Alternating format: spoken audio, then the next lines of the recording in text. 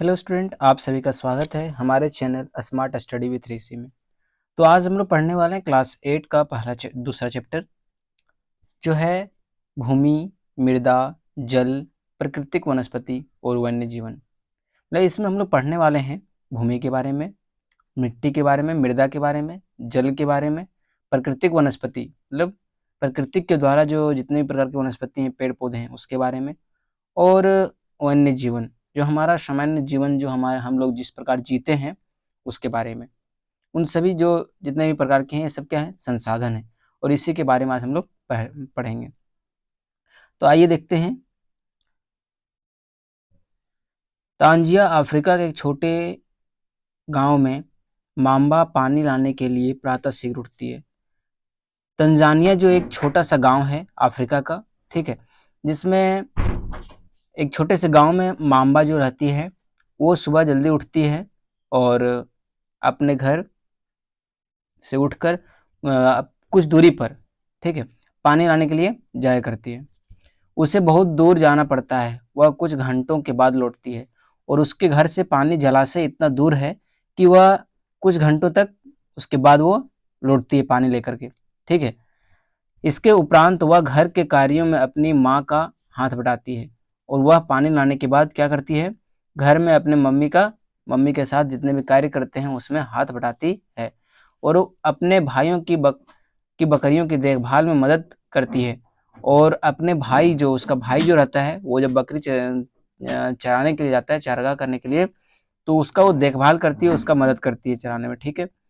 उसके पूरे परिवार के पास उसकी छोटी झोपड़ी के चारों ओर चट्टानी भूमि का भाग है और उसका परिवार के पास क्या है, उसका जहाँ झोपड़ी है, जहाँ वो रहता है, जहाँ उसका घर है, उसके चारों ओर से क्या है, पत्थरों का भूमि है। इसके वजह से वहाँ बहुत कम मात्रा में वो अपना खाने पीने का सब्जी या फिर अपना जितने भी प्रकार के खाद्य पदार्थ है उसको उपजा पाता है।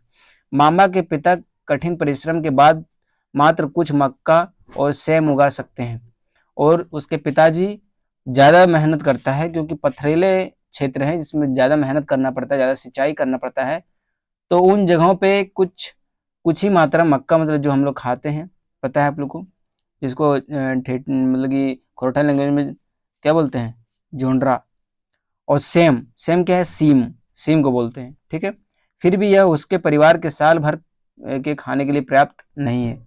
इतना उपजाने के बावजूद बावजूद उसके परिवार के लिए साल भर पूरे साल का खाना पर्याप्त नहीं है, मतलब नहीं हो पाता है, ठीक है। आगे देखते हैं। पीटर न्यूजीलैंड के भेड़ पालन प्रदेश के मध्यवर्ती भाग में रहता है, जहां उसका परिवार ऊन प्रक्रम करने का कारखाना चलाता है। पीटर जो है वह न्यूजीलैंड के भेड़ पालन मतलब भेड़ पालन प्रदेश के मध्यवर्ती भाग में रहता है, जहाँ भेड़ पालन होता है उसके बीचों बीच रहता है। जैसे मान लीजिए गांव है, उस गांव के अधिकतर लोग भेड़ बकरी पालते हैं, ठीक है, पालन करते हैं। और उसके बीच, गांव के बीच में अगर आप रहिएगा तो क्या हो, वही ना हुआ कि भेड़ बकरी जहाँ पालन होता है उसके मध्यवर्ती, उस गांव के मध्यवर्ती मध्यवर्ती मतलब बीच, मध्यवर्ती मतलब क्या हुआ, बीच, सेंटर, ठीक है। तो उसके बीच वह रहती है। उसका परिवार उन प्रक्रमण करने का कारखाना चलाता है। उसका परिवार क्या करता है, जैसे भेड़ बकरियों के द्वारा भेड़ से क्या होता है, हम लोग ऊन बनाते हैं, तो उसी यून बनाने का काम करता है, ठीक है, वही कारखाना चलाता है। प्रतिदिन जब पीटर स्कूल से लौटता है, वह अपने चाचा को अपनी भेड़ों की देखभाल करते हुए देखता है। और जब प्रतिदिन मतलब हर दिन पीटर स्कूल जाता है पढ़ने के लिए, और जब स्कूल से वह लौटता है तो वह देखता है कि उसके चाचा उसकी भेड़ बकरियों का देखभाल कर रहे हैं। उसका भेड़ों का बड़ा बाड़ा कुछ दूरी पर पहाड़ियों से लगे हुए एक विस्तार घास के मैदान पर स्थित है। उसके भेड़ बकरियों का जो बाड़ा है, बाड़ा मतलब ग्रुप, ठीक है, तो कुछ दूरी पर पहाड़ियों से लगे हुए विस्तृत घास के मैदान पर स्थित है। तो पहाड़ियों से लगा एक बड़ा सा मैदान, ठीक है, घास का मैदान वहीं पे विस्तृत है, मतलब वहीं पे फैला हुआ है। वहां नवीनतम प्रौद्योगिकी का उपयोग करते हुए एक वैज्ञानिक विधि से इसका प्रबंधन किया जाता है। मतलब इसका नवीनतम प्रौद्योगिकी मतलब जो वहाँ पर जो उस भेड़ बकरियों का कार्य होता है, उसका देखभाल करने में कौन क्या चीज, बीमारी उमारी के बारे में जितना भी कुछ होता है वो क्या होता है, वैज्ञानिक विधि। वैज्ञानिक विधि मतलब डॉक्टरों के सहायता से, वैज्ञानिकों की सहायता से उसका प्रबंधन किया जाता है, मतलब उसको जुगाड़ किया जाता है। पीटर का परिवार जैविक कृषि द्वारा सब्जियां भी उगाता है। जैविक कृषि मतलब जैसे होता है ना कि हम लोग ऐसे जो फार्मिंग के थ्रू जो हम लोग कृषि करते हैं, ठीक है, जैसे हम लोग मशरूम का खेती करते हैं तो उसको घर के अंदर भी खेती किया जा सकता है, तो क्या हुआ, जैविक विधि, फार्मिंग कृषि जो होता है उसी को बोलते हैं, ठीक है। माम्बा और पीटर विश्व के दो विभिन्न स्थानों में रहते हैं। माम्बा और पीटर जो है दोनों विश्व के दो विभिन्न स्थानों पर रहता है और उसके जीवन व्यतीत करने में बहुत अंतर है, और दोनों का जीवन व्यतीत करने में, जीवन जीने में बहुत अंतर है, ठीक है। यह विभिन्नता भूमि की गुणवत्ता, मृदा, जल, प्राकृतिक वनस्पति, प्राणियों और प्रौद्योगिकी के उपयोग की भिन्नता के कारण है। और यह जो विभिन्नता है, यह जो भेदभाव है, ठीक है, अलग डिफरेंस है, वो भूमि की गुणवत्ता, मतलब भूमि का किस प्रकार का उत्पादन करने की शक्ति है वो, मृदा, मिट्टी किस प्रकार का है, जल किस प्रकार है, प्राकृतिक वनस्पति किस प्रकार का पाया जाता है वहाँ, प्राणियां किस प्रकार के रहते हैं, प्रौद्योगिकी के उपयोग की विभिन्नता के कारण, और प्रौद्योगिकी वहाँ पर जो जितने प्रकार की फैक्ट्री हैं उसके कमी के कारण, ठीक है। इन स्थानों का एक दूसरे के विभिन्न होने का मुख्य कारण यह इस प्रकार के संसाधनों की उपलब्धता है, और इन स्थानों का एक दूसरे से जो विभिन्नता है, जो डिफरेंस है, ठीक है, वो दोनों का मुख्य कारण है इस प्रकार के संसाधनों की उपलब्धता, और इस प्रकार का संसाधन जो है उसके उपलब्धता के कारण ये दोनों में भिन्नता पाया जाता है, ठीक है। आप लोगों को कुछ दिया हुआ है, आइए कुछ जाने क्या है। जिस प्रदेश में आप रहते हैं उस प्रदेश में भूमि, मृदा की प्रकार तथा जल उपलब्धता का परीक्षण करें। आप जहाँ रहते हैं वहाँ किस प्रकार का भूमि है, किस प्रकार का मृदा है, मतलब भूमि ऊंचा भूमि है, नीचा भूमि है, घाटी है, नदी है, नाला है, किस प्रकार भूमि है, मृदा किस प्रकार मिट्टी है, जल किस प्रकार पाया जाता है वहाँ, किस प्रकार सरफेस है। अपनी कक्षा में परिचर्चा करें कि किस प्रकार लोगों की जीवन शैली इनके द्वारा प्रभावित हुई है, और इस सब के कारण लोगों का जीवन शैली, जीवन जीने का जो विभिन्नता है किस प्रकार प्रभावित हुआ है, ठीक है, उसके बारे में बताना है। और दिया हुआ है विश्व की 90% जनसंख्या भूमि क्षेत्र के 30% भाग पर ही रहती है, ठीक है। देखिए विश्व का 90% भाग में 30%, मात्र 30% में जनसंख्या निवास करती है। से 70% भूमि या तो विरल जनसंख्या है या तो वह निर्जन है, या तो वहाँ पे बहुत कम मात्रा में जनसंख्या देखा जाता है या फिर वहाँ जनसंख्या है ही नहीं, घर द्वार है ही नहीं। आइए नेक्स्ट देखते हैं क्या है भूमि, क्या है भूमि, मिट्टी के बारे में, मतलब कि जमीन के बारे में। सभी महत्वपूर्ण प्राकृतिक संसाधनों में भूमि भी शामिल है, और जितने प्रकार के महत्वपूर्ण प्राकृतिक संसाधन है, ठीक है, उसमें से भूमि भी एक महत्वपूर्ण प्राकृतिक संसाधन है, ठीक है, जो शामिल है इसमें। भूपृष्ठ के कुछ क्षेत्र का लगभग 30% भाग भूमि है, और भूपृष्ठ भूपृष्ठ मतलब जमीन का कुल क्षेत्रफल में, मतलब जितना उसका क्षेत्रफल है जमीन का, ठीक है, उसका कुल क्षेत्रफल में 30% जो भाग है, 30% जो भाग भूमि है, मतलब मात्र 30% भाग ही भूमि है, बाकी से जल है। यही नहीं इस थोड़े से प्रतिशत के भी सभी भाग आवास योग्य नहीं है, और इतना से छोटा सा प्रतिशत भाग ही आवास योग्य, और बाकी जो शेष बचता है उसमें कुछ भाग पर ही लोग रह सकते हैं, बाकी भागों पर नहीं रह सकते। मुख्यतः भूमि और जलवायु के विभिन्न भिन्न लक्षणों के कारण विश्व के विभिन्न भागों में जनसंख्या का वितरण असमान पाया जाता है।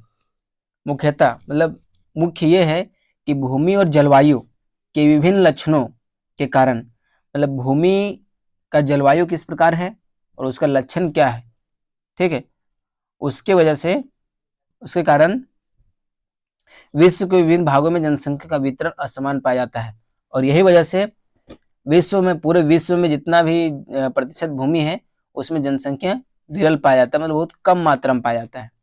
उबड़ खाबड़ स्थलीकृत प्रवृत्ति के तीव्र ढाल, जलाक्रांत संभावित निम्न क्षेत्र, मरुस्थल क्षेत्र एवं सघन वन क्षेत्र सामान्यतः विरल अथवा निर्जन है। उबड़ खाबड़ जैसे पहाड़ी क्षेत्र हो गया। स्थलकृति, स्थलकृति मतलब मैदान क्षेत्र हो गया। पर्वतों की तीव्र ढाल, मतलब पर्वत जो हमने बताया था ना, सीढ़ीदार खेती इस प्रकार होती है। तो ये जो ढाल है पर्वत का, ठीक है, जो नीचे की ओर ढाल है, इसमें जो जनसंख्या है, यहाँ कुछ कोई तरह का जनसंख्या नहीं पाया जाता। जलाक्रांत, जहाँ जल है। संभावित क्षेत्र निम्न, निम्न क्षेत्र मरुस्थल क्षेत्र एवं सघन वन क्षेत्र सामान्यतः विरल अथवा निर्जन है। और ये सारे जो क्षेत्र हैं वो क्या है, निर्जन है, जहाँ लोग नहीं जीते, जहाँ लोग रहते नहीं है, जहाँ लोगों का निवास नहीं है। उर्वर मैदानों और नदी घाटियों में कृषि के लिए उपयुक्त भूमि उपलब्ध है। और बाकी जो भूमि है, बाकी जो मैदान है, वहाँ कृषि के लिए, मतलब कृषि कार्य के लिए, किसानों के लिए फसल उपजाने के लिए उपयुक्त है। इसलिए यह स्थान विश्व के सघन बसे हुए क्षेत्र हैं। और यही कारण से विश्व के सघन बसे हुए क्षेत्र, जहाँ बहुत ज्यादा मात्रा में लोग रहते हैं, उसके स्थानीय निवास कहलाता है। अब हम लोग पढ़ेंगे भूमि उपयोग। ठीक है, हम लोग भूमि का किस प्रकार किन किन कार्यों में उपयोग करते हैं। ठीक, तो आइए देखते हैं।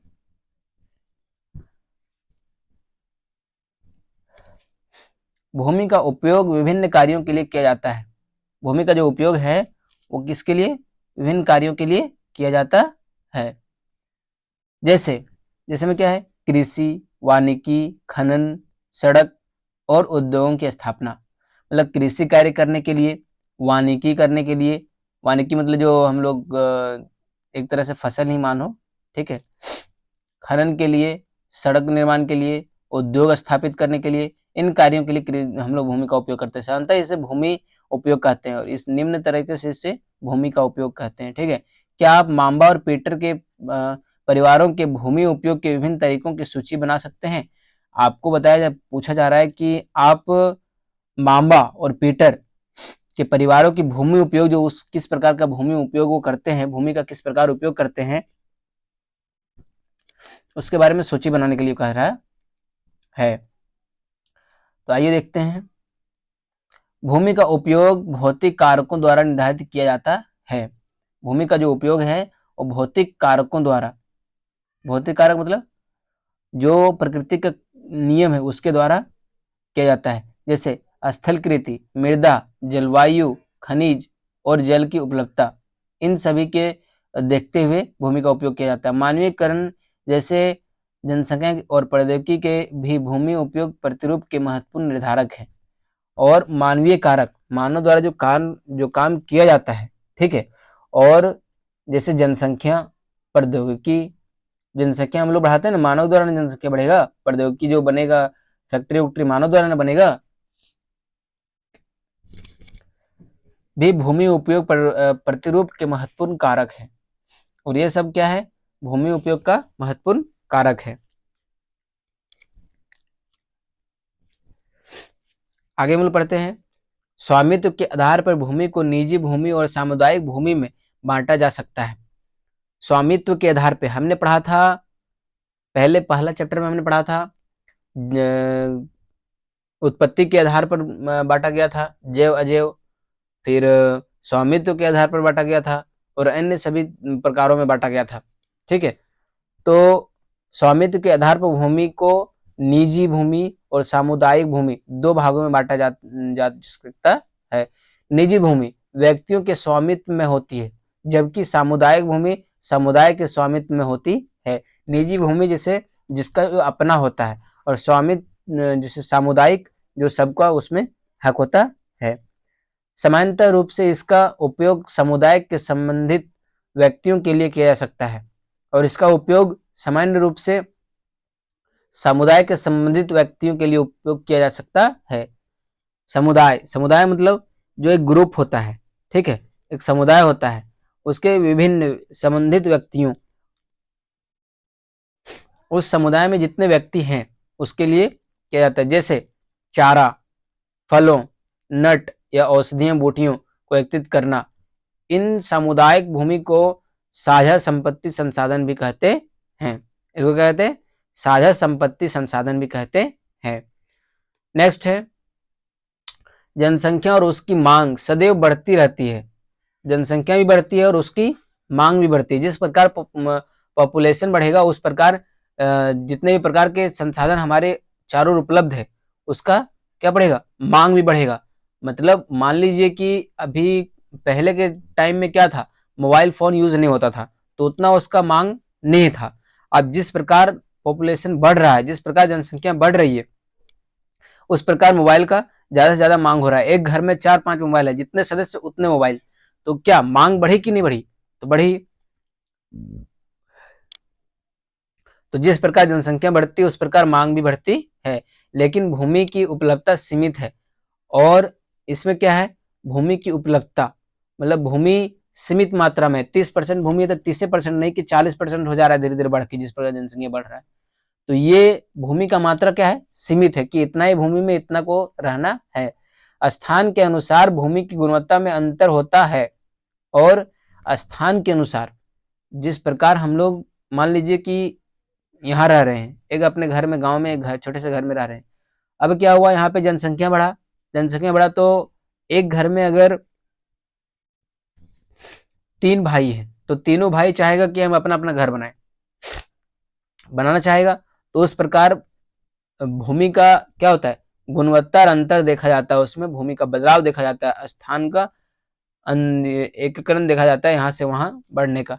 लोगों ने सामुदायिक भूमि पर व्यापारिक क्षेत्र बनाने, नगरीय क्षेत्र में घर बनाने और ग्रामीण क्षेत्रों में कृषि भूमि विस्तार करने के लिए अनधिकृत हस्तक्षेपन शुरू कर दिया है। लोग क्या है, नगरीय क्षेत्रों में घर बनाना, मतलब जहां पे हर प्रकार का सुविधा उपलब्ध हो, ठीक है, उन जगहों पर घर बनाना शुरू कर दिया है।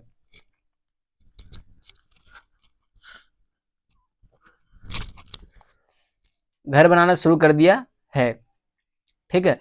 और ग्रामीण क्षेत्रों में कृषि योग्य, जहां गांव है, ठीक है, वहां कृषि कार्य करने को शुरू कर दिया है। भूमि का विस्तार करने के लिए अनाधिकृत हस्तक्षेपन करना शुरू कर दिया है। और इन जगहों पर इस प्रकार लोग अपना कार्य करना शुरू कर दिया है। आज भूमि आज भूमि प्रतिरूप में व्यापक परिवर्तन हमारे समाज में सांस्कृतिक परिवर्तनों को दर्शाते हैं। प्रतिरूप, आज भूमि प्रतिरूप में व्यापक परिवर्तन मतलब भूमि में आज बहुत बड़े परिवर्तन देखने को मिल रहा है, ठीक है। हमारे समाज में सांस्कृतिक परिवर्तनों को दर्शाता है। और हमारा समाज अगर देखा जाए तो सांस्कृतिक परिवर्तन मतलब पहले के लोग जिस प्रकार करते थे, सांस्कृतिक रूप से जिस प्रकार अभी तक सब कार्य होते आए हैं, उस प्रकार में परिवर्तन देखने को मिला है, बदलाव देखने को मिला है। वर्तमान में कृषि और निर्माण संबंधित गतिविधियों के प्रसार के कारण निम्नीकरण, भूस्खलन, मृदा अपरदन, मरुस्थलीकरण पर्यावरण के लिए प्रमुख खतरा है। और वर्तमान में क्या है, कृषि के निर्माण संबंधित, कृषि से जितने प्रकार के निर्माण हो रहे हैं, ठीक है, उसके कारण गतिविधि के प्रसार के कारण निम्नीकरण, निम्नीकरण मतलब जहां जिस भूमि पर एक एक जगह से हम लोग एक खेत में क्या करते हैं, पहले मतलब धान का खेती करते हैं, उसको काटते हैं, फिर अपना गेहूं लगाते हैं, फिर उसको काटते हैं, मतलब एक भूमि पर अनेक प्रकार के फसल का हम लोग उत्पादन करते हैं, ठीक है। और फिर भूस्खलन, भूस्खलन क्या है, जो पहाड़ियों का टूट के गिरता है, ठीक है, उसको भूस्खलन कहते हैं। मृदा मतलब मिट्टी, अपरदन मतलब मिट्टियों का कटाव जो होता है उसको अपरदन। मरुस्थलीकरण, मरुस्थलीकरण मतलब जिस जगह का भूमि क्या है, फसल उपजाने लायक नहीं है, पर्यावरण के लिए प्रमुख खतरा है। और ये सब क्या है, पर्यावरण के लिए क्या है, प्रमुख खतरा है, ठीक है, सबसे बड़ा खतरा है। देखिए आप लोग का कुछ दिया है, भूमि का उपयोग किस प्रकार हो रहा है, किसानों में उपयोग हो रहा है, ठीक है। फिर यहाँ पे देखिए आपको घर बन गया, इधर घर बना हुआ है, इधर बिजली लगा हुआ है, इधर फसल हो रहा है। फिर यहाँ देखिए धीरे धीरे इसमें बदलाव देखने को दिख रहा है, ठीक है, कि भूमि उपयोग में समय के अनुसार परिवर्तन, भूमि उपयोग में समय के अनुसार जिस प्रकार समय चेंज हुआ उस प्रकार किस प्रकार परिवर्तन हुआ। देखिए पहले क्या था, सब लोग अपने बैल के कारण इधर देखिए बैल से अपना खेती करते थे, ठीक है, बैलों के द्वारा खेती करते थे, खुद हल चलाते थे, झोपड़ी में रहा करते थे, फसल उपजाते थे और इसी से अपना जीवन यापन करते थे। बाद में फिर क्या हुआ, उसमें फसल कम मात्रा में उपजाने लगा। इधर क्या है, लोग ऐसे ही चलने फिरने लगे, अपना मशीनों के द्वारा खेती करने लगे, घर पक्के हो गए, बिजली पहुंच गई, बड़े बड़े मकान बनाने लगे। तीसरा में क्या हुआ कि फसल अब तो उपजाना ही छोड़ दिया। देखिए इधर फसल कहीं दिख रहा है, नहीं दिख रहा है।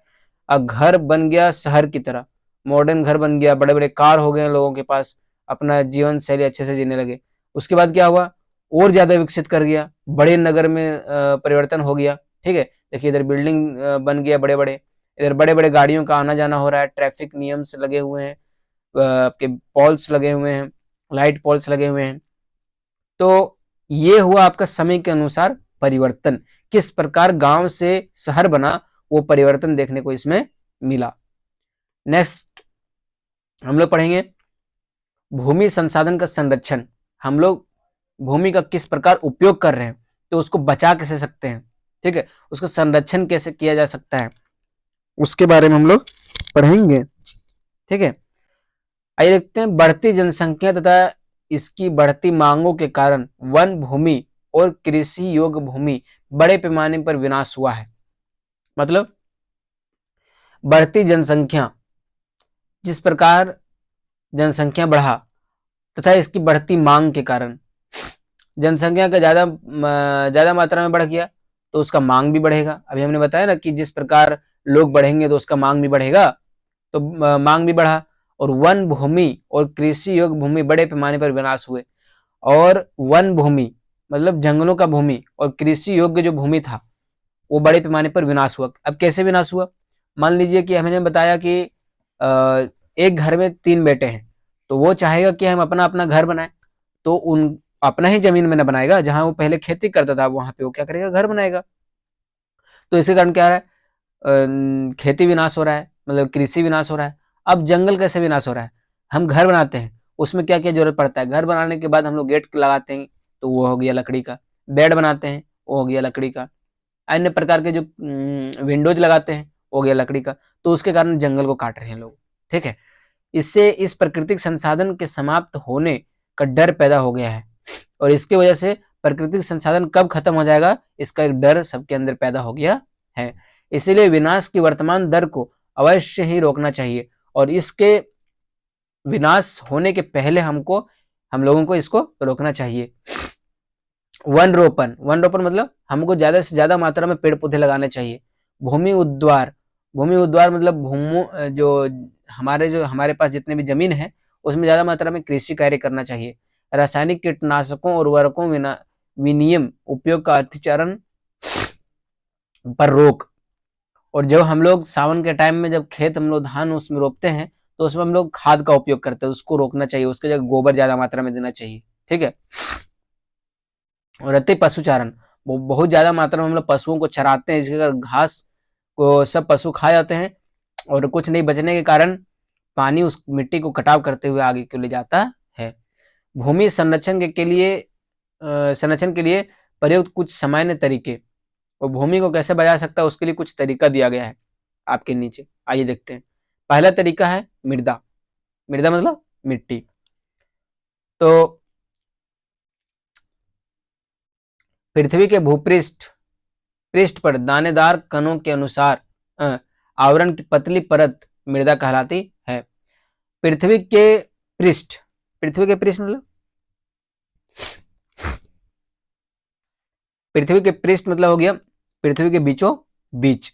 ठीक है, दानेदार कणों के आवरण की पतली परत मृदा कहलाती है।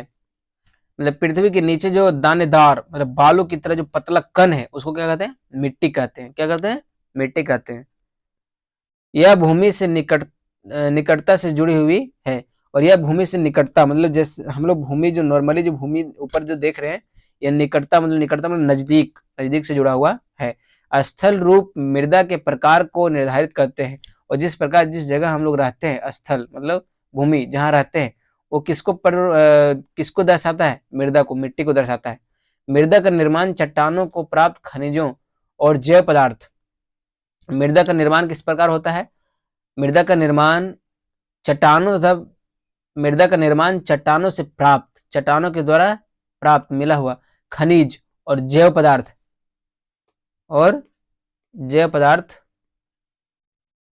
तथा भूमि पर पाए जाने वाले खनिजों से होता है। जितने प्रकार के जैव पदार्थ हैं उसका खनिजों इससे उससे जो उपलब्ध उससे जो हमको मिलता है उसके कारण निर्माण होता है। यह अपक्षय की प्रक्रिया के माध्यम से बनती है। और यह अपक्षय की प्रक्रिया, जैसे हम लोग समुद्र में तेल निकालते हैं तो उसका बहुत सारा एक निकलता तो एक ही चीज है, उससे हम लोग पेट्रोल निकालते हैं, उससे हम लोग डीजल निकालते हैं, उससे हम लोग मिट्टी तेल निकालते हैं, उससे हम लोग अन्य प्रकार के तेल निकालते हैं। खनिजों और जैव पदार्थों का सही मिश्रण मृदा को उपजाऊ बनाता है और खनिजों का निम्न प्रकार से जब उसमें मिलन हो जाता है एक दूसरे से तब वो उपजाऊ लायक मृदा बनता है। अभी हमने ऊपर ये देखा था, ये बीच में दिया हुआ है हम लोग का, इसको आइए एक नजर डाल लेते हैं। भूस्खलन अभी हमने बताया ना कि पहाड़ियों का किसी टाइम पहाड़ियों का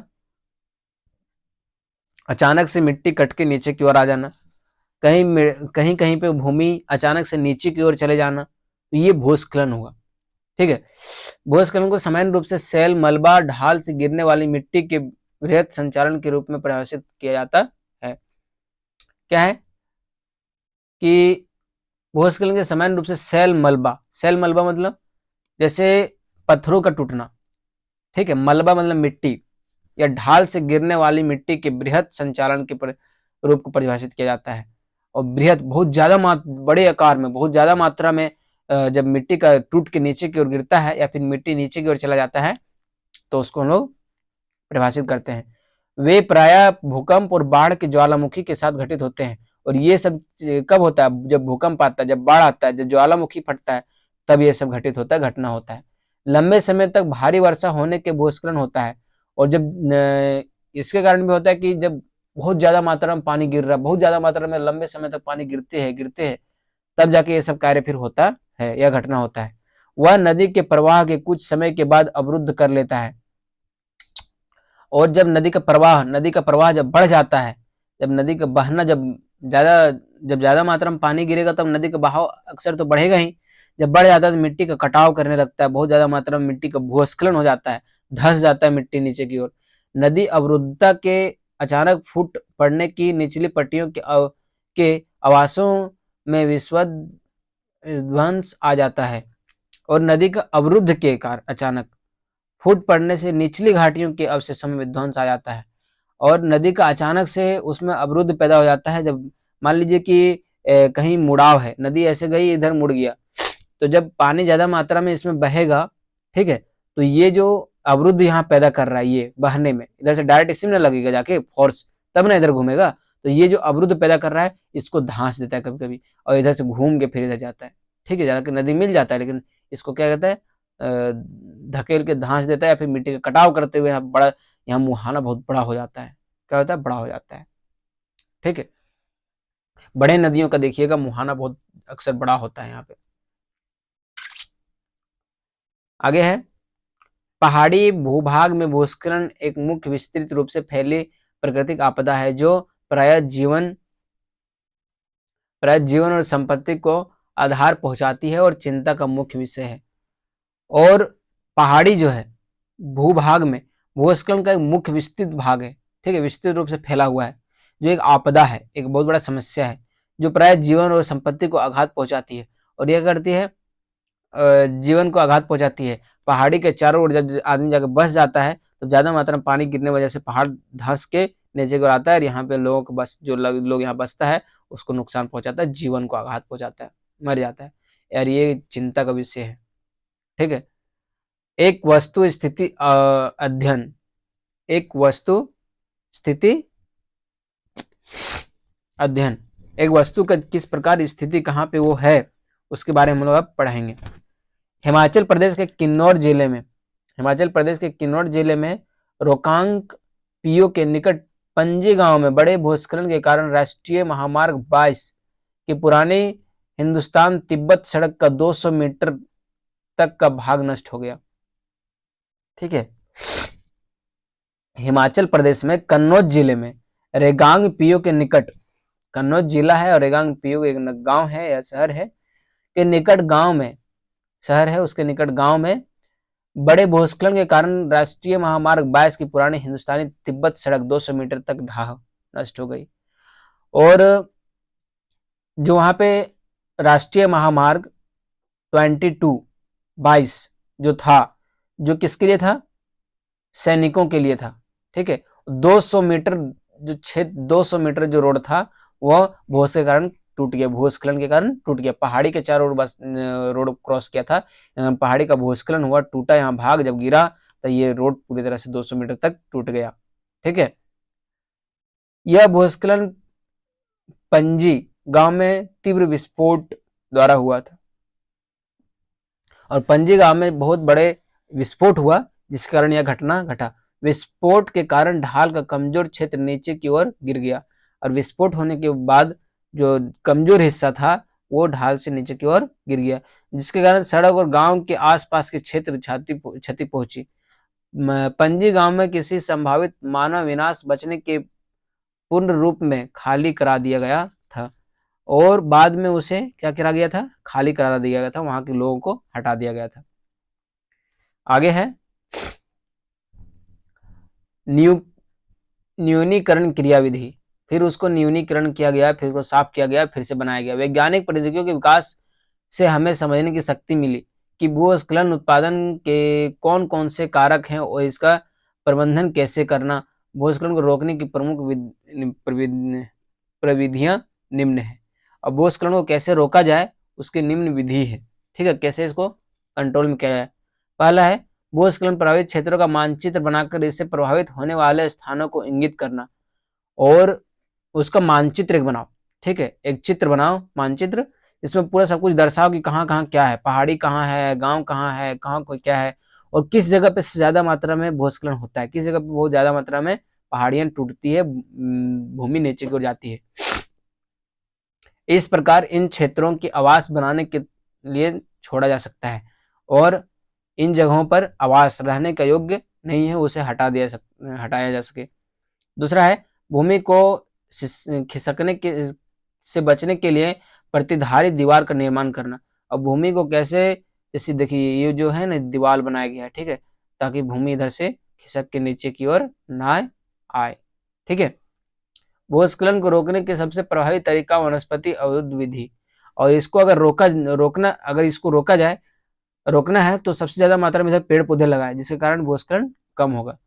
सतही अपवाह इस तथा झरना प्रवाहों के साथ साथ भूस्खलन की गतिविधि को निर्धारित करने के लिए भूपृष्ठ अपवाह नियंत्रण का कार्यान्वित किए गए, और सतही स्तर पर आवास तथा झरना पर प्रवाहों के अनुसार भूस्खलन की गतिविधि को नियंत्रित करने के लिए भूपृष्ठ अपवाह नियंत्रित उपाय कार्यान्वित किया जाए। ठीक है, उसके लिए कार्य किया जाए, उसको रोकने के लिए सतही स्तर पर कार्य किया जाए। तो हमने यहाँ पढ़ लिया। देखिए यहाँ पे आप लोग का दिया हुआ है मृदा प्रतिच्छेदित का, मिट्टी का जो किस प्रकार का लेयर बांटा गया, वो ह्यूम्स और वनस्पति के साथ ऊपरी सतह, ऊपर सतह का ये देखिए जो घास उस निकला हुआ है ऊपर सतह, बालू गाद कले के साथ उपमृदा, और इसमें बालू तालू जो मिला हुआ है, बालू है, गाद है, मिट्टी है, कुछ पत्थर है, उस सब के द्वारा है सो। अब 6 चट्टानी पदार्थ, जो बाकी जो चट्टान का क्षेत्र बचा हुआ है सो है जनक चट्टाने, जो पूरी कठोर चट्टान जो पाया जाता है खनन के द्वारा निकाला जाता है वो है। तो इसमें आप लोग देखें लेयर के अनुसार किस प्रकार पाया जाता है। सो पहले मिट्टी है जो पूरा नमी पाया जाता है इसमें, दूसरा में कि बालू उलू थोड़ा गाद मिलता है, तीसरा में पत्थर है, चौथा में चट्टाने हैं। आगे देखिए अपक्षय क्या है। सो तापमान परिवर्तन, तुषार क्रिया, पौधों, प्राणियों और उन मनुष्य की क्रियाकलाप द्वारा अनावर्तित सेलों का टूटना और क्षय होना। ठीक है, देखिए आपको क्वेश्चन पूछा है केवल 1 सेंटीमीटर मृदा को बनाने में सैकड़ों वर्ष लग जाते हैं। क्या आप जानते हैं? ये आपके नॉलेज के लिए दिया गया था। 1 सेंटीमीटर मृदा बनने के लिए करोड़ों साल लग जाते हैं, लाखों वर्ष लग जाते हैं। ये आपको पता था? ये पता चला। आगे है मृदा। क्या है? मृदा। अब मृदा का दिया है प्रकार किस प्रकार, जनक और सेल रंग गठन, रासायनिक गुणवत्ता, खनिज मात्रा, परंपरागत को निर्धारित करती है। पहला ये जनक सेल को निर्धारित करता है, रंग को निर्धारित, किस प्रकार का रंग है, गठन किस प्रकार हुआ है, ठीक है। दूसरा है उच्च तुंगता और ढाल के मृदा के संचय को निर्धारित करते हैं। और उच्च मृदा, ज्यादा मात्रा में मृदा पाया जाता है, ढाल जो किनार जो होता है ये आपका नीचे की ओर ढाल होता है, जैसे पहाड़ी ढाल होती है ना, वैसे उस प्रकार। तीसरा है वनस्पति प्राणी जात और सूक्ष्म जीव ह्यूमस निर्माण को की दर को प्रभावित करते हैं। और वनस्पति प्राणी जात, वनस्पति वनस्पति मतलब पेड़ पौधे, और प्राणी जात जैसे प्राणियां जो हैं, जैसे चिड़िया हो गया, पक्षी हो गया, जानवर हो गया, ठीक है, ये सारे चीज। आगे हो गया समय मृदा प्रतिच्छेदिका मोटाई और निश्चित करता है। समय उसको करता है, फिर मोटाई कितना मोटा मृदा है उसको निश्चित करता है, सब चीज को निश्चित करता है। जलवायु तापमान वर्षा अपक्षय ह्यूमस निर्माण को दर को प्रभावित करता है। और जलवायु जो है जलवायु तापमान वर्षा अपक्षय इन सभी चीजों को ये दर्शाता है, इंगित करता है। ये देखिए मृदा को प्रभावित करने वाले कारक दिए गए, ठीक है, सारे क्या हैं, कारक है। आगे हम लोग पढ़ते हैं मृदा निर्माण के कारक। क्या पढ़ेंगे, मृदा निर्माण के कारक। मृदा का निर्माण किस प्रकार होता है उसका कारक पढ़ेंगे। मृदा निर्माण के मुख्य कारक जनक सेल का स्वरूप और जलवायविक कारक है। मृदा का जो निर्माण होता है मुख्य रूप से उसका जनक सेल है, ठीक है, किस प्रकार वो सेलों के द्वारा, चट्टानों के द्वारा भी मिलकर वो मृदा का निर्माण होता है। मृदा निर्माण के अन्य कारक जल स्थलकृति, जैव पदार्थ की भूमिका और मृदा निर्माण के संगठन में लगा समय है। अलग अलग स्थानों में ये भिन्न भिन्न है। और जैव और क्या है, मृदा निर्माण के अन्य कारक स्थलकृति, जैसे जैव पदार्थ की भूमिका और मृदा निर्माण के संगठन में लगा समय। अलग अलग स्थानों में ये है, ठीक है, अलग अलग जगहों पर ये है। नेक्स्ट, मृदा का निर्माण और संरक्षण के उपाय। मृदा का किस प्रकार निर्माण होता है, उसको किस प्रकार संरक्षण उसका हम लोग रोक सकते हैं, बचा सकते हैं, उसके उपाय दिए गए हैं। आइए देखते हैं। मृदा निर्माण और क्षीणता मृदा संसाधन के दो मुख्य खतरे हैं। मृदा का अपरदन, सॉरी हमने निर्माण बोल दिया, अपरदन है। मृदा का जो अपरदन होता है, जो कटाव होता है, और क्षीणता मृदा संसाधन के दो मुख्य खतरे हैं। इसका दो मुख्य क्या मेन नुकसान है। मानवीय और प्राकृतिक दोनों ही कारकों से मृदाओं का निम्नीकरण हो सकता है। मानवीय और प्राकृतिक, मानव और प्राकृतिक के द्वारा क्या हो सकता है, मृदा का निम्नीकरण हो सकता है। मृदा के निम्नीकरण के सहायक कारक वनोन्मूलन, अतिचारण, रासायनिक उर्वरक और कीटनाशकों के अत्यधिक उपयोग, वर्षा दोहन, भूस्खलन और बाढ़ है। मृदा का जो निम्नीकरण हो रहा है वो किससे हो रहा है, बहुत ज्यादा मात्रा में पेड़ पौधे को काटा जा रहा है, पशुचारण किया जा रहा है, ठीक है, रासायनिक उर्वरकों का प्रयोग किया जा रहा है, कीटनाशकों का प्रयोग किया जा रहा है, और अधिक उपयोग में वर्षा दोहन हो रहा है। वर्षा मतलब पानी गिर रही है, जिसके कारण उसका मिट्टी कटाव हो रहा है, भूस्खलन हो रहा है, बाढ़ आ रही है। जिसमें मृदा का संरक्षण का कुछ उपाय विधि निम्न प्रकार है, कुछ विधि दिया गया वो निम्न प्रकार है। मल्च बनाना। अब भाई मल्च क्या है, पौधों के बीच अनावरित भूमि जैव पदार्थ जैसे प्रवाल के ढाक दी जाती है, इससे मृदा का आर्द्रता रोकी जाती है। जब मान लीजिए कि दो पौधे लगाएं, दो पेड़ लगाएं, ठीक है, क्या किए, दो पेड़ लगाएं, एक यहाँ लगाएं, एक यहाँ लगाएं, ठीक है, एक यहाँ लगाएं, एक यहाँ लगाएं। अब इसके बीच की जो दूरी है इसे क्या किया जाता है, घासों के द्वारा ढक दिया जाता है, ताकि यहाँ से मिट्टी का कटाव ना हो, मिट्टी का कटाव ना हो। आगे है वेदिका फार्म। चौड़े समतल सोपान अथवा वैदिक तीव्रों ढालों पर बनाए जाते हैं। वेदिका फार्म कहाँ बनाए जाते हैं, चौड़े, चौड़े मतलब बहुत ज्यादा बड़ा एरिया में। समतल सोपान मतलब सोपान हो, मतलब एक बराबर का हो, ठीक है, समतल भूमि हो। वेदिका तीव्र ढाल पर बनाए जाते हैं, और जहाँ ज्यादा ढाल हो, ज्यादा तीव्र ढाल हो, ज्यादा गति से पानी नीचे गिर जाता है, वहां बनाया जाता है, ताकि सपाट सतह फसल उगाने के लिए उपलब्ध हो जाए। इससे पृष्ठीय प्रभाव और मृदा अपरदन कम हो कम होता है और इससे क्या होता है, मृदा अपरदन कम होता है। ठीक है, आगे है समोच्च रेखीय जुताई। समोच्च रेखीय जुताई, एक पहाड़ी ढाल पर समोच्च रेखीय के समांतर जुताई ढाल से नीचे बहते हुए जल के लिए एक प्राकृतिक अवरोध का निर्माण करती है। मान लीजिए एक पहाड़ी है, ठीक है, इसमें समूचे जुताई क्या किस प्रकार होगा, इस प्रकार, यहाँ किए फिर यहाँ किए फिर यहाँ किए फिर यहाँ फिर यहाँ फिर यहाँ फिर यहाँ फिर इस प्रकार करते हैं। ठीक है, अगर हम इस प्रकार अगर जुताई करें तो क्या होगा, इसमें अवनालिका बनेगा। अवनालिका मतलब एक नली की तरह बन जाएगा जो हल चलता है उससे, और उससे मिट्टी का कटाव बहुत तेजी से होगा और नीचे की ओर ढह जाएगा। ठीक है, आगे है रक्षक मेखलाएं। तटीय प्रदेशों और शुष्क प्रदेशों में पवन गति रोकने के लिए वृक्ष कतारों में लगाए जाते हैं। तटीय प्रदेशों, ठीक है, तटीय प्रदेश मतलब जहाँ पानी मुनी मात्रा ज्यादा है उन जगहों पर। शुष्क प्रदेशों में पवन गति रोकने के वृक्ष लगाए कतार से लगाए जाते हैं ताकि मृदा अपरदन को बचाया जा सके। और उन जगहों पर देखिए एकदम लाइन से लगाया जाता है पेड़ पौधे को, ताकि मृदा को उठा के हवाएं एक जगह से दूसरी जगह ना ले जा सके। ठीक है, आगे आइए देखते हैं समुच्च रेखीय रोधिकाएं। समुच्च रेखीय रेखाओं पर रोधिकाएं बनाने के लिए पत्थरों, घास, मृदा का उपयोग किया जाता है।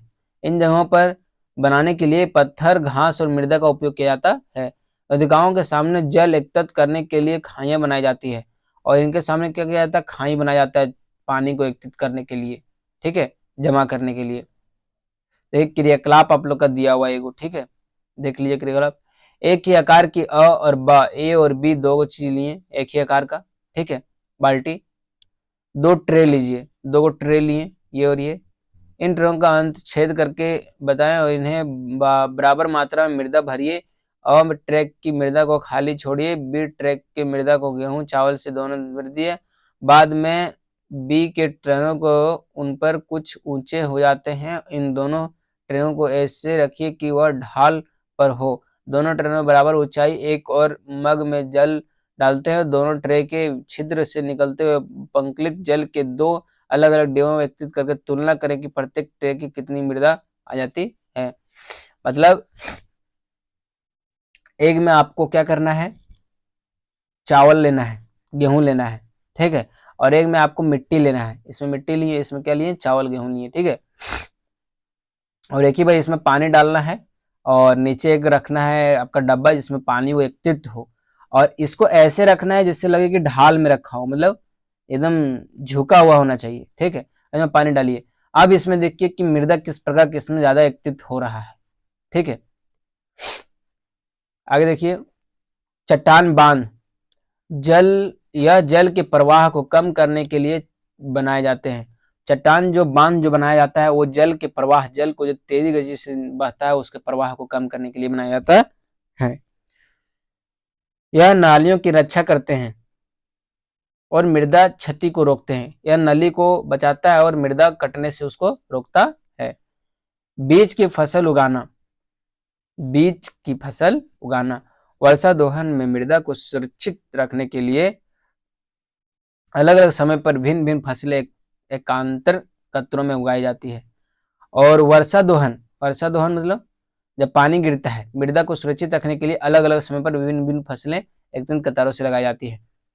और जब जिस प्रकार मौसम बदलता है उस प्रकार अन्य प्रकार की फसल लगाई जाती है जिससे मृदा का कटाव कम हो। ठीक है, अब हम लोग उसका प्रकार में पढ़ेंगे जल। जल भी एक प्रकार है।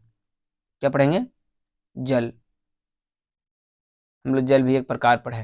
ठीक है, जल भी एक महत्वपूर्ण प्राकृतिक नवीकरणीय संसाधन है जिसका उपयोग हम लोग करते हैं बार बार। जल एक महत्वपूर्ण नवीकरणीय प्राकृतिक संसाधन है। भूपृष्ठ पर 3/4 भाग जल से ढका है।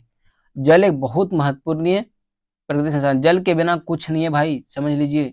जल नहीं है तो जीवन नहीं है, ये कथा सही है। भूपृष्ठ पर 3/4 भाग जल से ढका हुआ है, मतलब पूरे 4 भाग में 3 भाग में पानी है और 1 भाग में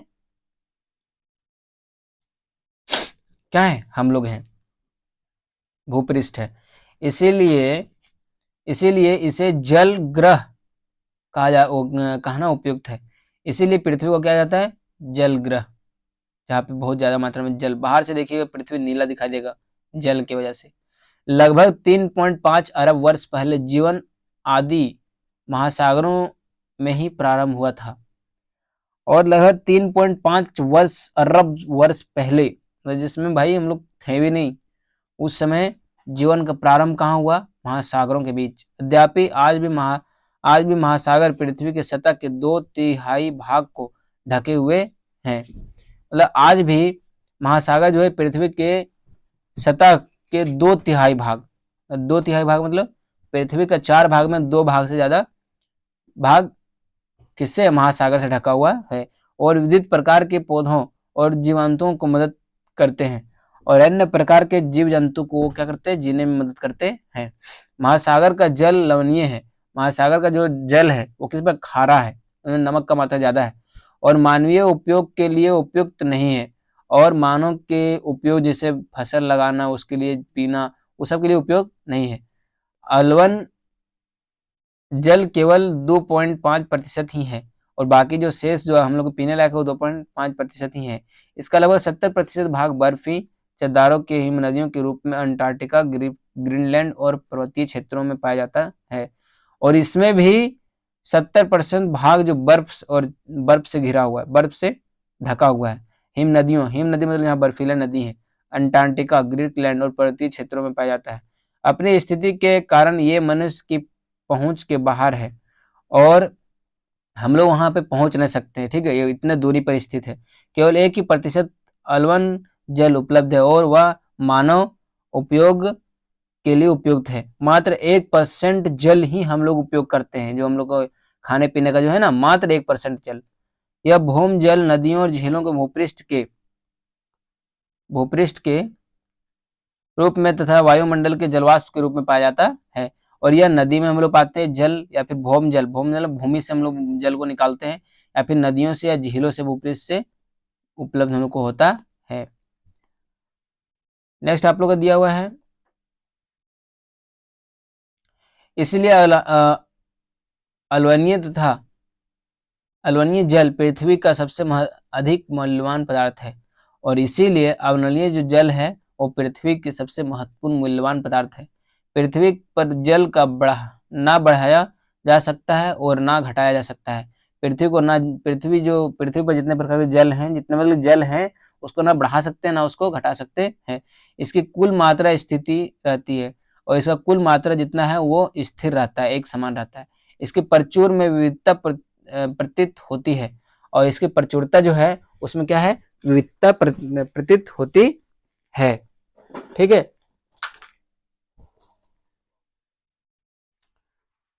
आगे है, क्योंकि यह वाष्पीकरण, वर्षण और वाह की प्रक्रियाओं द्वारा महासागरों, वायु, भूमि और पुनः महासागरों में चक्रण द्वारा नियंत्रण गतिशील है। और यह क्या है, वाष्पीकरण, वर्षण, वाह की प्रक्रियाओं द्वारा महासागरों, वायु, भूमि और पूर्ण महासागरों में चक्रण द्वारा नियंत्रण गतिशील है। और इसमें क्या होता है, रिसाइकल आपने पढ़ा होगा, वाटर जब पानी जब गर्म होता है तो इसका भाप उड़ता है, वो जाता है ऊपर, जाके बादल में मिलता है, फिर वह नीचे जाता है। ठीक है, तो ये प्रक्रिया होते रहता है, जिससे पानी क्या है, संतुलित मात्रा में उपलब्ध है। जैसा कि आप जानते हैं इसे जल चक्र कहते हैं, हमें बताया ना जल चक्र, तो इसे क्या कहते हैं, जल चक्र कहते हैं। मनुष्य जल की बड़ी मात्रा का उपयोग न केवल पीने और धुलाई में ही करता है, वरन उत्पादन प्रक्रिया में भी करता है। मनुष्य अपने खाने पीने में, नहाने में ही नहीं, बल्कि अपने अन्य कार्यों में भी जल का उपयोग करता है। जल कृषि, उद्योग तथा बांधों के जलाशयों के माध्यम से विद्युत उत्पादन करने में प्रयोग करता है। जल का उपयोग हम लोग इलेक्ट्रिसिटी मतलब लाइन बनाने का भी उपयोग करते हैं, और मछली पालन, अन्य प्रकार की चीज भी करते हैं। जल स्रोतों के सूखने अथवा जल प्रदूषण के कारण अलवणीय जल की आपूर्ति की कमी के मुख्य कारक बढ़ती जनसंख्या, भोजन और नगरीय फसलों की बढ़ती मांग, बढ़ता नगरीकरण और बेहतर होता जीवन स्तर है। और पानी का अगर देखा जाए कि कमी, तो बढ़ती जनसंख्या के कारण, बढ़ते नगरीकरण के कारण, बढ़ती फसल की मांग के कारण, इसके कारण क्या होता जा रहा है, जल का कमी होता जा रहा है। ठीक है, आप लोग देखिए एक डाटा दिया हुआ है, औसतन एक भारतीय नागरिक प्रतिदिन लगभग 150 लीटर जल उपयोग करता है। अगर सामान्य रूप से देखा जाए तो एक व्यक्ति भारत में, एक व्यक्ति चाहे कोई भी हो, वह 150 लीटर एक दिन में खत्म करता है पानी। ठीक है, तो पानी प्रति लीटर प्रति व्यक्ति प्रतिदिन, एक दिन में कितना लीटर पानी यूज करता है एक व्यक्ति, उसका डाटा दिया है। पानी कितना यूज करता है, 3 लीटर, खाना बनाना 4 बार, नहाना 20, शौचालय 40, ये लीटर दिया है, 4 लीटर, 20 लीटर, 40 लीटर, वस्त्र धोना 40 लीटर, बर्तन धोना 20 लीटर, बागवानी 23 लीटर, कुल 150 लीटर। क्या आप इसका उपयोग करने के लिए तरीके सोच सकते हैं, इसके तरीके आप सोच सकते हैं किस प्रकार उपयोग किया जा सकता है। अब आइए इसमें देखते हैं हम लोग। नेक्स्ट है जल उपलब्धता की समस्याएं। जल जो उपलब्ध है उसका समस्या क्या क्या है। ठीक है, विश्व के कई प्रदेशों में जल की कमी है। विश्व के बहुत सारे प्रदेश हैं, बहुत सारे देश हैं जहां जल का कमी है। ठीक है, अधिकांश अफ्रीका और पश्चिमी एशिया, दक्षिण एशिया, पश्चिमी संयुक्त राष्ट्र अमेरिका के भाग, उत्तर पश्चिमी मेक्सिको, दक्षिण अमेरिका के भाग और संपूर्ण ऑस्ट्रेलिया अवनालिकाएं जल की आपूर्ति की कमी का सामना कर रहे हैं।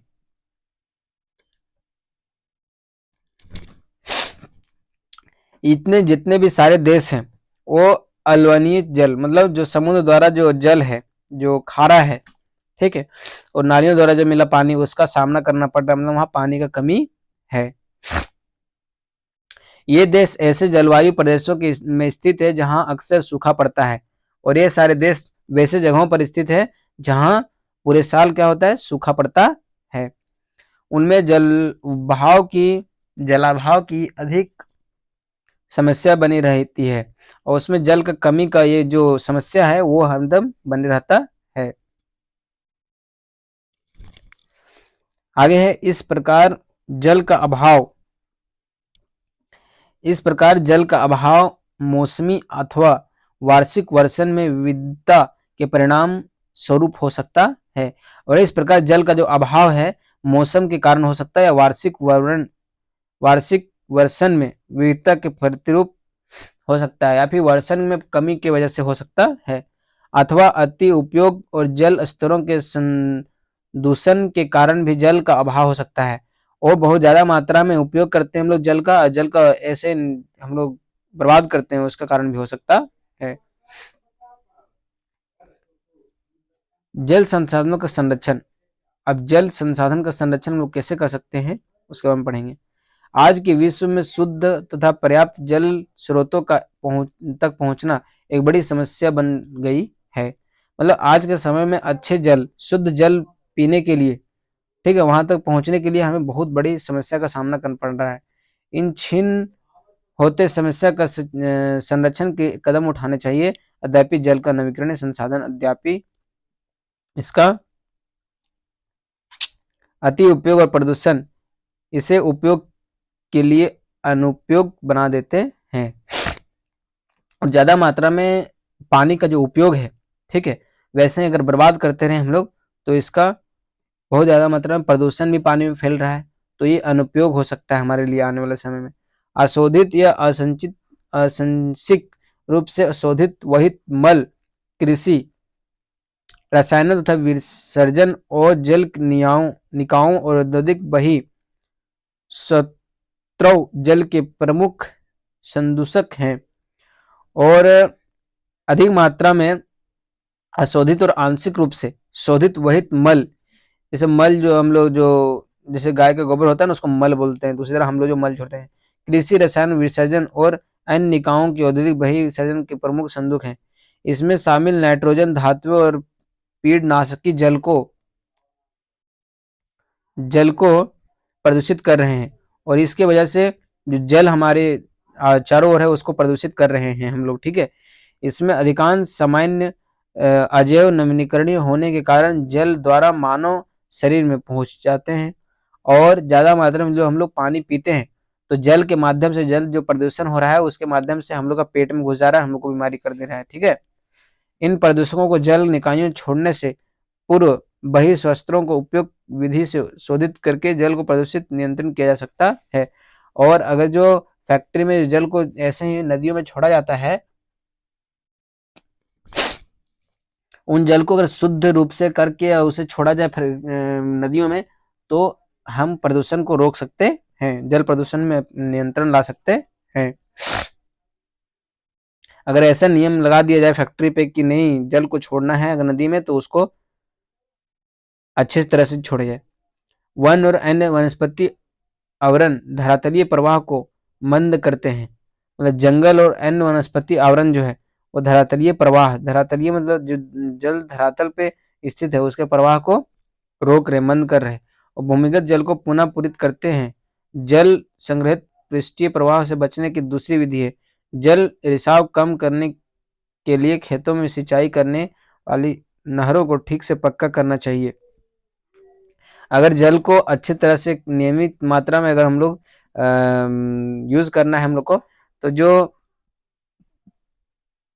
सिंचाई के लिए जो नहर बनाया जाता है, पानियों को जो नहर से लाया जाता है, उन नहरों को पक्का करना चाहिए। अगर मिट्टी रहता है तो मिट्टी इधर उधर टूट जाता है नहर, और उसमें पानी इधर उधर निकल जाता है, तो उसको पक्का करना चाहिए हम लोगों को, ठीक है।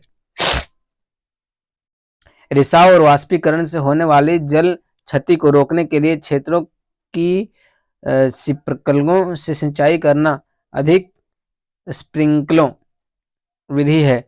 अगर हमको जल को रोकना है, अगर बचाना है, तो स्प्रिंकल से हम लोग सिंचाई करते हैं, जिस कारण नियमित मात्रा में पेड़ पौधे तक पानी पहुंच जाता है।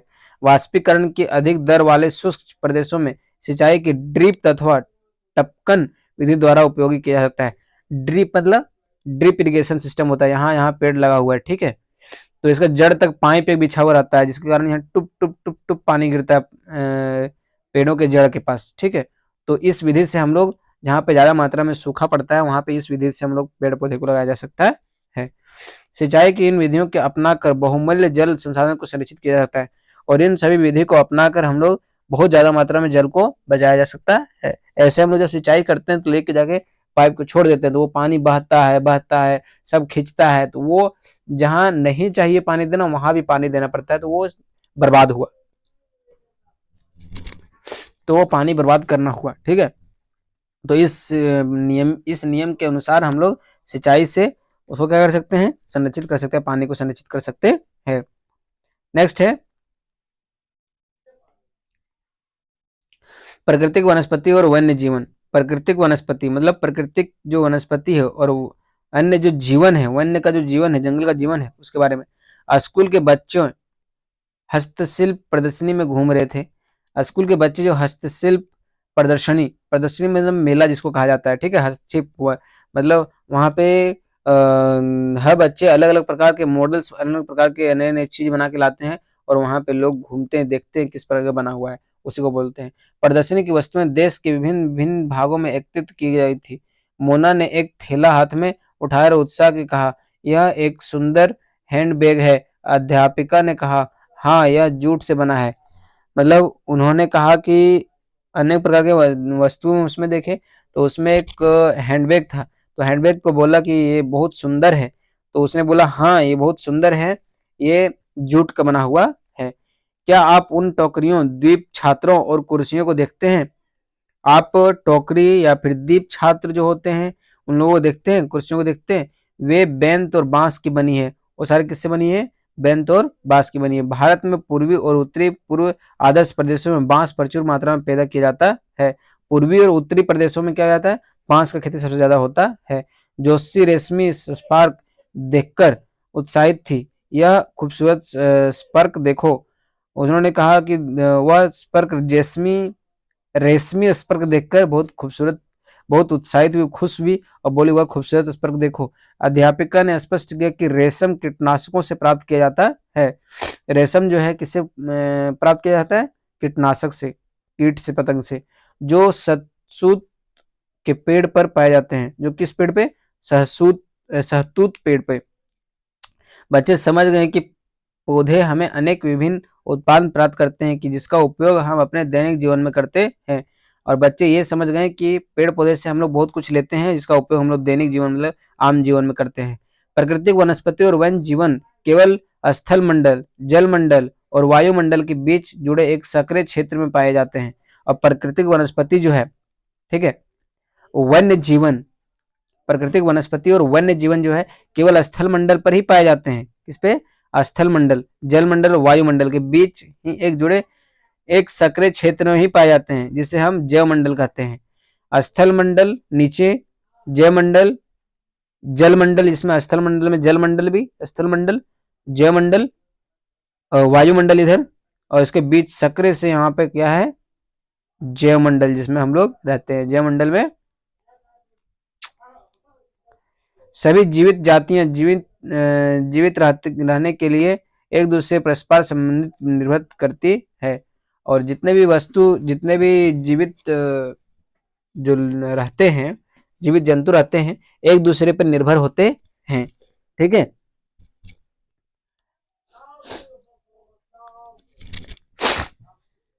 सॉरी गाइज, थोड़ा सर्दी हो गया है। इन जीवन आधारित तंत्र को परितंत्र कहते हैं। और इस जीवन जो एक दूसरे पे जीवन जो डिपेंड होता है, उसको क्या कहते हैं? परितंत्र कहते हैं। वनस्पति और वन्य जीवन बहुमूल्य संसाधन है। वनस्पति और जो जंगल का जीवन है, वन्य जीवन जो है, वो एक महत्वपूर्ण बहुमूल्य संसाधन जो हमारे लिए है। पौधे हमारे इमारती लकड़ी देते हैं, प्राणियों को आश्रय देते हैं, ऑक्सीजन उत्पादन करते हैं जिससे हम सांस लेते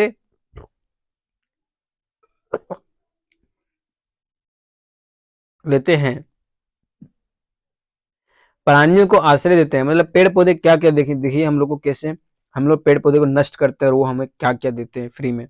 पेड़ पौधे इमारती लकड़ी, हम लोग उसको काट के, और इमारती लकड़ी अपना काम करने के लिए, मतलब अपना स्वार्थ के लिए हम लोग पेड़ पौधे को काट देते हैं। प्राणियों को आश्रय देते हैं, मतलब लोग उसके नीचे जाके क्या करते हैं? छावनी में सोते हैं, आश्रय देते हैं। ठीक है, और ऑक्सीजन भी उत्पादन करते हैं। चिड़िया को भी घोंसला बनाने के लिए देते हैं, प्राणियों में हो गया, जिसमें हम सांस लेते हैं, सांस भी उससे लेते हैं। फलों और जाने के लिए आवश्यक मृदा की सुरक्षित करते हैं, और मृदा को भी वो सुरक्षित करता है। ठीक है, रक्षक मेखला के रूप में कार्य करते हैं, भूमिगत जल के संग्रह में सहायता करते हैं। हमें जल लोटेक्स, तरपीन का तेल, गोदी, औषधियों, पौधे, कागज प्रदान करते हैं। मतलब जितने प्रकार तेल हैं, टारपिन तेल, ठीक है, गोंद, गोंद जो हम लोग चिपकाते हैं, तेल हो गया, औषधिक पौधे, कागज का प्रयोग करते हैं। और कागज का भी प्रयोग हम लोग उससे करते हैं, उससे बनाते हैं, कागज भी बनाते हैं, जो आपके अध्ययन के लिए अत्यधिक आवश्यक है और इसका पढ़ना आप लोग के लिए बहुत ज्यादा जरूरी है। पौधों के असंख्य उपयोग हैं, हम हैं उनमें आप कुछ और जोड़ सकते हैं। पौधे का जो उपयोग है असंख्यक है, मतलब बहुत ज्यादा मात्रा में हो जाता है, उसका संख्या गिनती नहीं होता है, और ये हमारे लिए बहुत खराब बात है। ठीक है, पेड़ पौधे को नहीं काटना चाहिए, हम लोग को उसको बचाना चाहिए। वन्य जीवन के अंतर्गत जंतु, पक्षी, कीट एवं जलीय जीव रूप आते हैं। और वन्य जीवन के अंतर्गत मतलब जंगल के अंतर्गत जो जीवन है, उसके अंदर क्या आता है? जंतु आता है, पक्षी, कीट, जलीय जीव रूप में आते हैं। उसमें हमें दूध, मांस, खाल और ऊन प्राप्त होती है। और उससे हम लोग क्या क्या होता है? दूध होता है, जल होता है, मांस होता है, ये सब प्राप्त हम लोग को होता है। कीट के जैसे मधुमक्खी हमें शहद देती है। कीट पतंग में जैसे मधुमक्खी जो है, वो हमें क्या देती है? शहद देती है। फिर आपका हो गया फूलों के परागन में मदद करती है।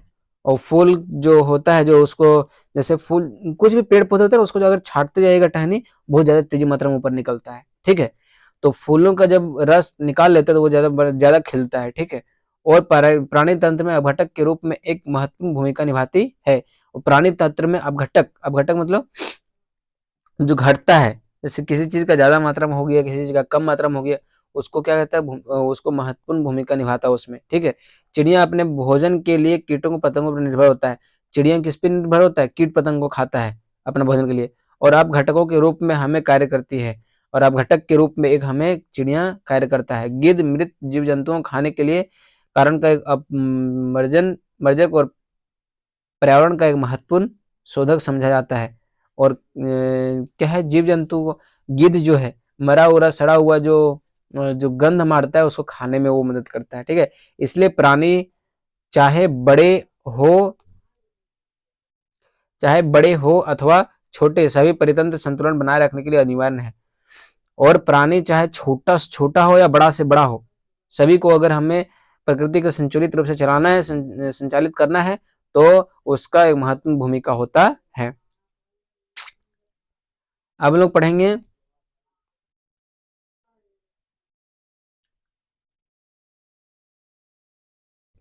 क्या हम लोग पढ़ेंगे अब हम लोग पढ़ेंगे प्राकृतिक वनस्पति का वितरण। प्राकृतिक वनस्पति का किस प्रकार बांटा गया है, उसका वितरण को हम लोग पढ़ेंगे। ठीक है, तो आइए देखते हैं।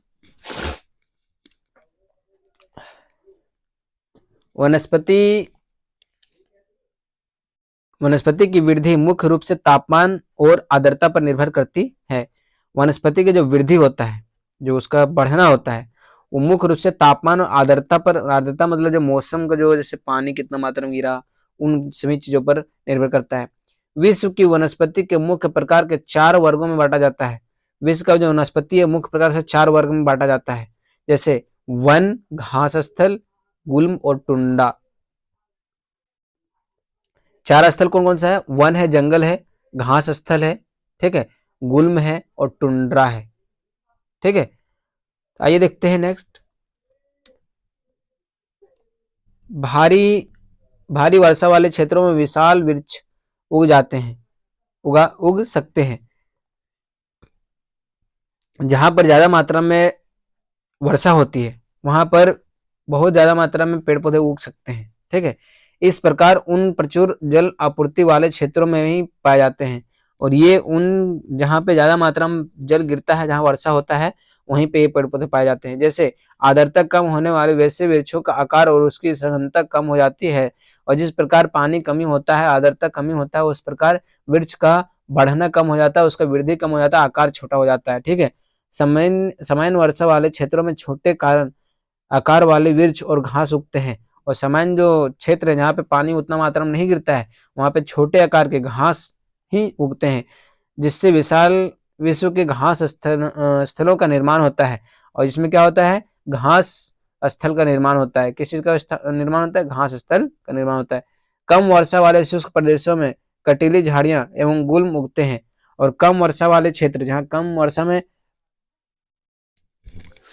वर्षा होता है, ठीक है, उन क्षेत्रों पर क्या होता है? झाड़ियां और कटीली वृक्ष उगते हैं। ठीक है, आगे देखते हैं। इस प्रकार के क्षेत्रों में पौधों की जड़ें गहरी होती है और उन जगहों पर पौधे पानी पीने के लिए, पानी अपना खोजने के लिए अधिक मात्रा में अपने जड़ के नीचे फैलाता है। वाष्पोत्सर्जन से होने वाली आर्द्रता की हानि को घटाने के लिए उन पेड़ों की पत्तियां कांटेदार और मोमी सतह वाली होती है।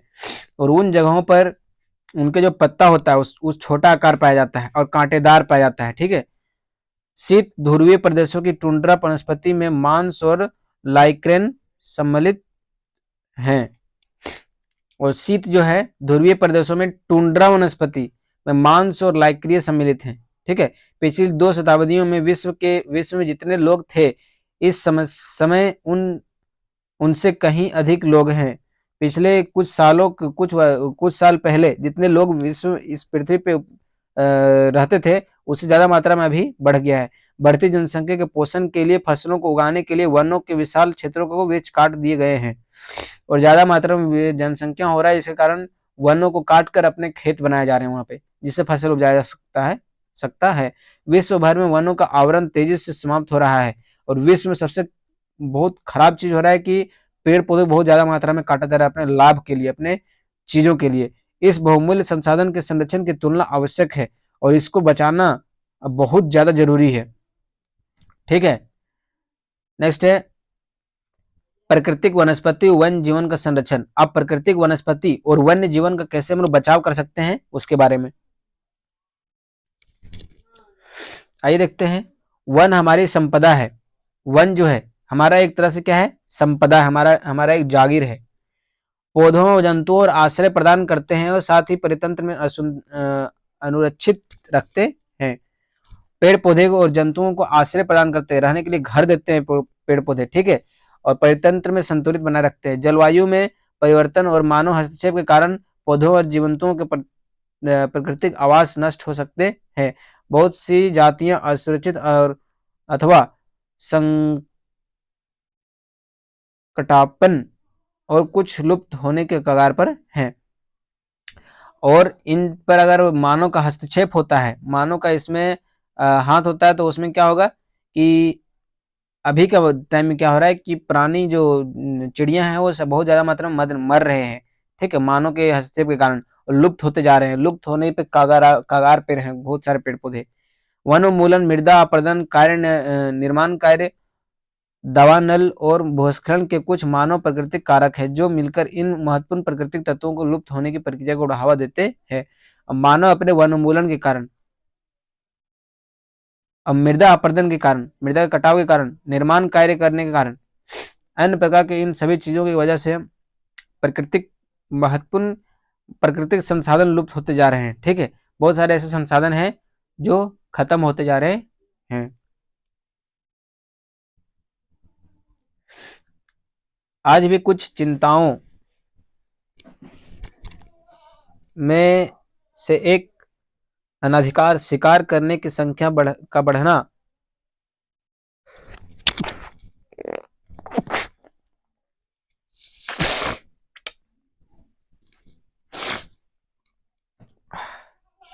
जिसे कुछ खास प्रजातियों की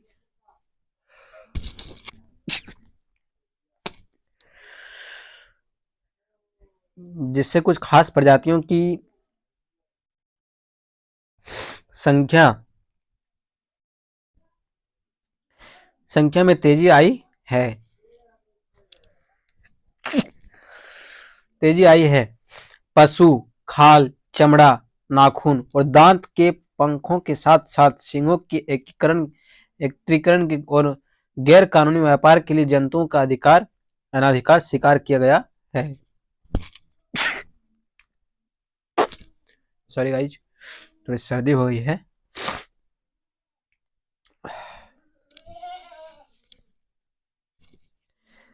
इनमें कुछ जंतु चीता, शेर, हाथी, ब्लैक बग, मगरमच्छ, दरियाई घोड़ा, हिम तेंदुआ, शुतुरमुर्ग और मोर हैं।